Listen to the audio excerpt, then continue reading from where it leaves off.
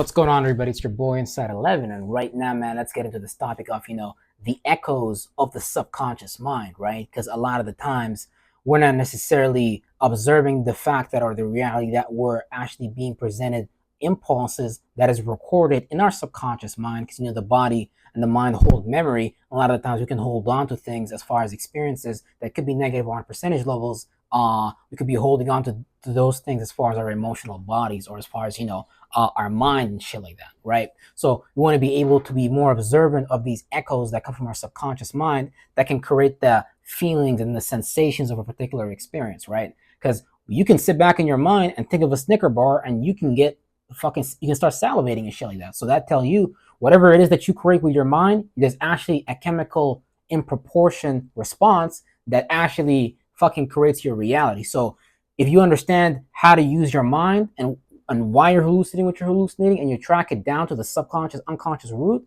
then you're able to take care of that behavior and essentially remove it, right? Rather than being underneath that psychological conditioning that you could have underwent, or whatever it is, or whatever energy that we resonate with that could be holding us back and shit like that. As far as something that we have an emotional relationship with, things don't have to be looked at as just things outside of us. Things can be looked at as far as things that have mental weight, feelings or visions or just attachments to shit that can play out in different ways and shit that we can hold on to, right?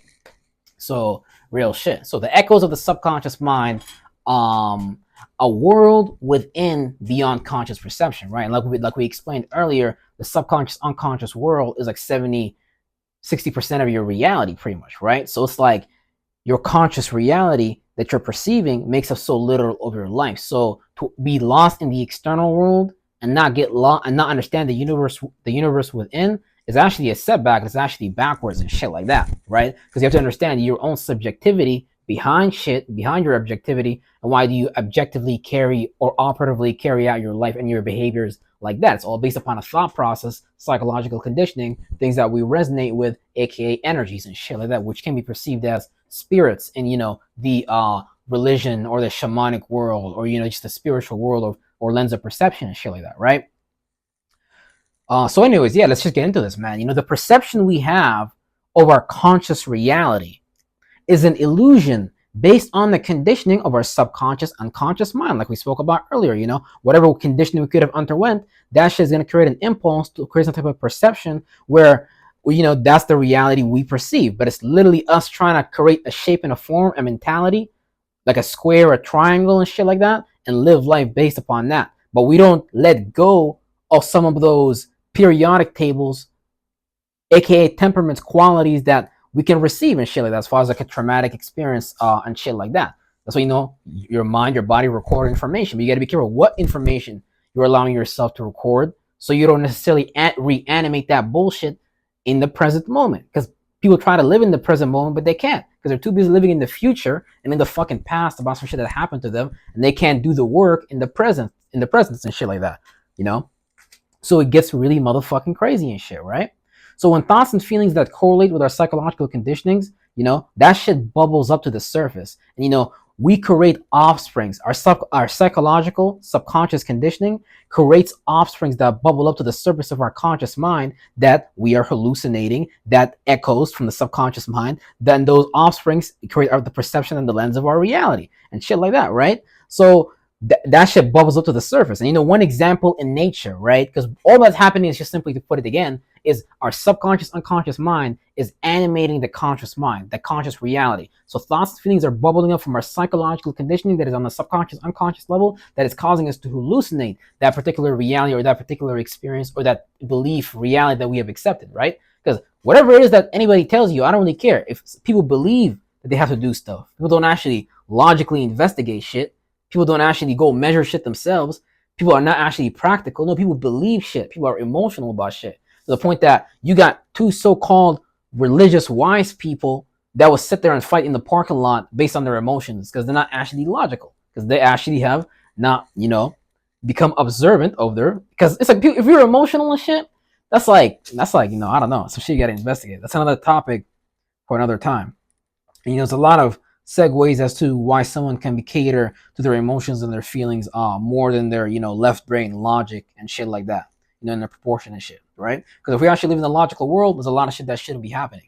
A lot of where in general the society shouldn't be existing the way that it is if we actually lived in a logical world. So it gets really deep, right? Because you can psychologically condition and groom people to do a lot of shit. If you run, and then if you know how to run a fucking system, a fucking oligarchy, a motherfucking government, at that a shadow fucking government, man, you know how many fucking traumas and mental illnesses I'm gonna amplify and put out there in people's minds, bro? Of course I'm gonna do that shit. It's because I'm gonna be running motherfuckers like sheep and shit. Like I like how my shout out to Mello and shit like that. He was saying today, what's it called? Where leaders create other leaders, but tyrants create sheep and shit like that. And that's a fucked up when you think about it, because that's what the society did in general and shit like that. Real stuff, or just people in general, right?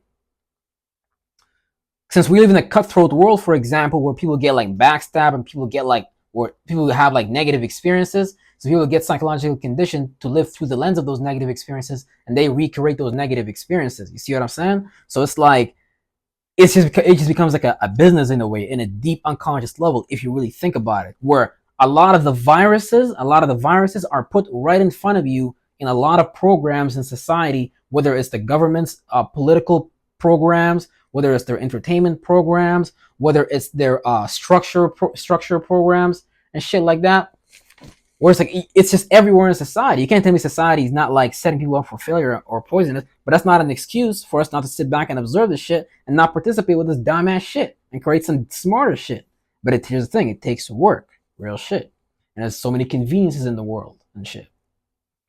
But yeah, so when observing the psyche, understand that we are consciously aware of what the fuck. Hold on. So when observing the goddamn psyche, understand what you're consciously being aware of, based on that deep subconscious wiring that we may be unaware of or haven't transmuted or transformed yet, right? You know what I'm saying? Because we shouldn't be sitting there hating on other people. We should hate the shit about ourselves that don't allow us to actually transform and transfigure into that reality that we want to experience. And there's so many different ways that you can get there. So you got to be open-minded and not necessarily adhere to a program about, okay, how shit can be done. You know what I'm saying? Where motherfuckers like pick and choose sides. Nah, it can only be done this way. Nah, it can only be done that way. AKA, psychological conditioning. Some shit that you're subconsciously, unconsciously conditioned to believe and live out that you may not be privy to. So you look at this shit like it's normal.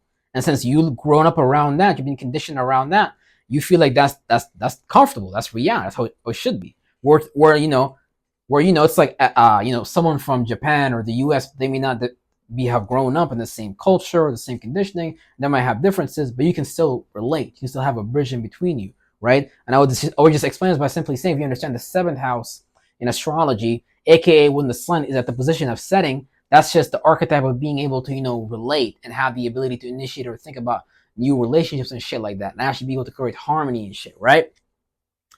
AKA going back to the fact that most communication is not necessarily word-like, it's actually more subconscious, unconscious, because words are just signs and symbols. We create signs and symbols as well with how we move, our body and shit like that. So when someone reacts with their body language or create a body language, that's a sign, that's a language. Hence you have sign language, right? So when you understand the subconscious, unconscious world, you start to understand how reality really truly play out, to the point that you're not necessarily adhering to these programs that we actually use as like mental crutches to be able to walk through reality. And so when you don't need these like matrix, because like that's just like, I don't want to call it the matrix, but it's just the way that the government run the world, right?